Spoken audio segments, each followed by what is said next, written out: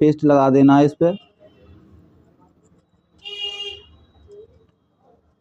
और इस पे भी लगा लो।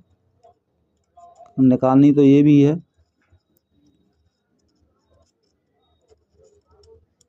तो ये पेस्ट हमने लगा दिया दोस्तों। दोस्तों खींचना नहीं है इसको, और खींचोगे तो इसके प्रिंट उखड़ सकते हैं, तो इसलिए इस आईसी को आराम से, जब तक थोड़ा सा हिल जाएगी आईसी ऑटोमेटिक ऊपर हट जाएगी। देखो इस तरीके से करना है आपको। अब इस आईसी को भी हमें निकालना है।